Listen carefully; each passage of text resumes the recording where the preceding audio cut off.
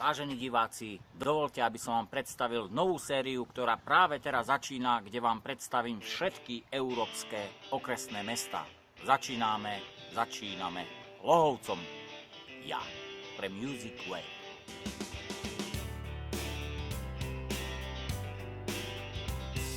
Hlohovec je okresné mesto okresu Hlohovec na Slovensku v Trnavskom kraji. Prvá písomná zmienka o meste sa nachádza v Zoborskej listine z roku 1113. Meno mesta pochádza od rastliny hloch, ktorá rastie v okolí mesta. Staršie názvy mesta sú Freistad an der Waag, Fraštát alebo Galgoc. Nazýva sa tiež mesto Ruží, aj keď žiadnu ružu som tu nevidel. Na juhozápade leží mestská časť Sihoď. Na západe sa nachádza mestská časť Šulekovo, kedysi samostatná obec, do roku 1948 nazývaná Bereksek. V severovýchodnej časti mesta je mestská časť Nová štvrť. Ešte ďalej na sever sa nachádza mestská časť Peter, kedysi samostatná obec, starší názov Svätý Peter. Mestom preteká Váh, najdlhšia slovenská rieka. Je premostená 3 mostami, železničný, postavený po druhej svetovej vojne cestný, novo postavený v 60. rokoch 20. storočia, na mieste starého, ktorý bol vyhodený do vzduchu ustupujúcimi nemeckými vojskami a nakoniec most parovodný, postavený v 90. rokoch 20. storočia. Počet obyvateľov do konca roku 2011 spolu 22 661, z toho 11 046 mužov a 11 615 žien.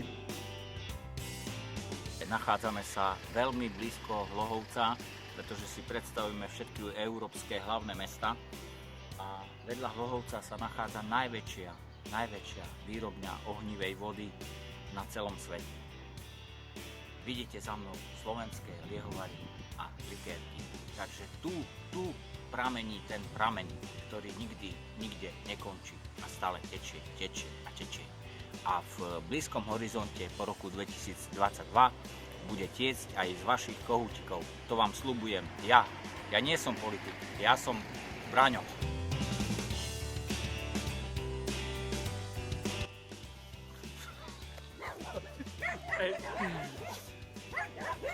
Vážení diváci, poprosím trošku kľudu. Quiet please. Nie, či som vstúpil do hovna, čo to je? Toto vystrihnite. Práve vstupujeme do okresného mesta Hlohovec. Sme tu, je to vážna chvíľa, pretože stať sa primátorom Hlohovca je cieľom každého mladého človeka v schengenskom priestore. Pre Music Way, ja.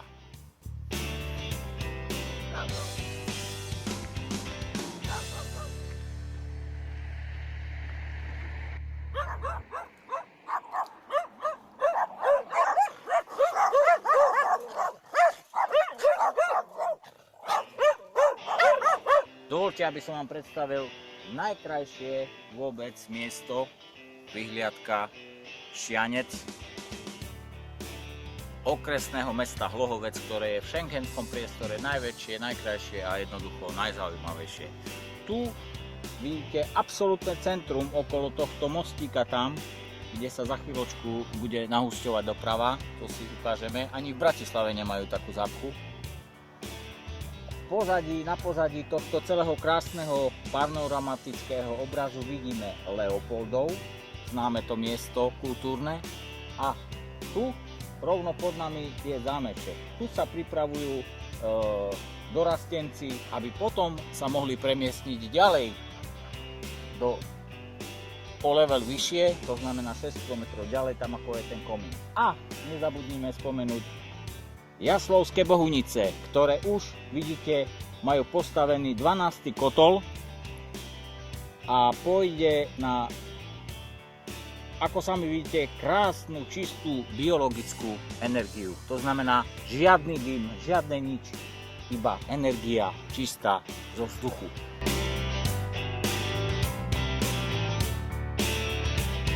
Nachádzame sa pred Domom kultúry okresného mesta Hlohovec.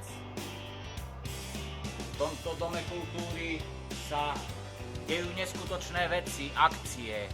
Každý piatok, sobota, nedeľa to tu vrie. Posledných 20 rokov síce veľká puča, ale cítite ten stánok kultúry, ako sála tú energiu zo seba vonku. A tu, v ľavom rohu, vidíte deku, ktorú tu zanechal Jopo. A nechávam mu tu aj CDčko skupiny Staničný puch, aby prosím ťa, zaradi to do hit parády. Nech súťažíme o cenu pohľad do neba v Hlohovci. Prezradím jedno tajomstvo. Keď sa chcete stať primátorom okresného mesta Hlohovec, stačí si vypočuť hlas ľudu. Ten je ukrytý, vám ukážem kde.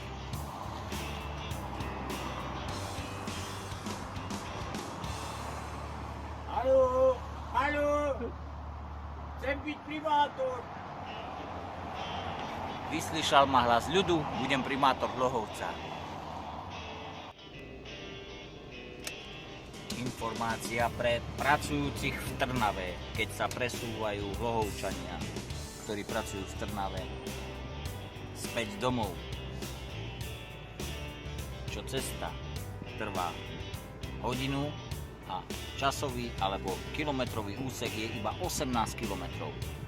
Upozornenie patrí pre všetkých, ktorí dochádzajú do práce.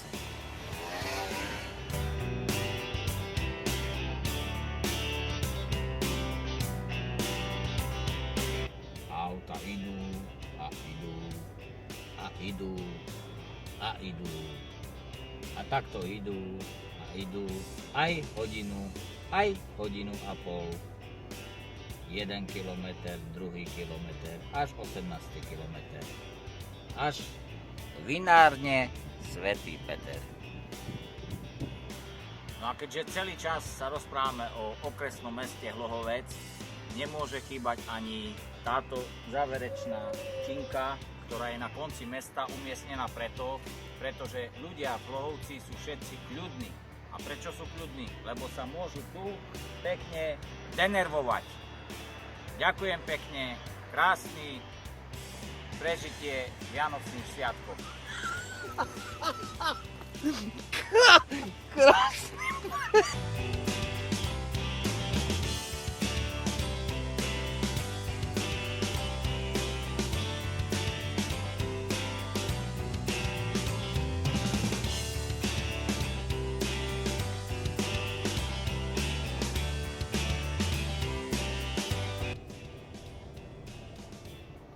Kto chce byť primátorom Hlohovca, musí vyriešiť túto záhadnú, spletitú situáciu čo najskôr. Toľko odporúčanie. Ďakujem pekne za vstup.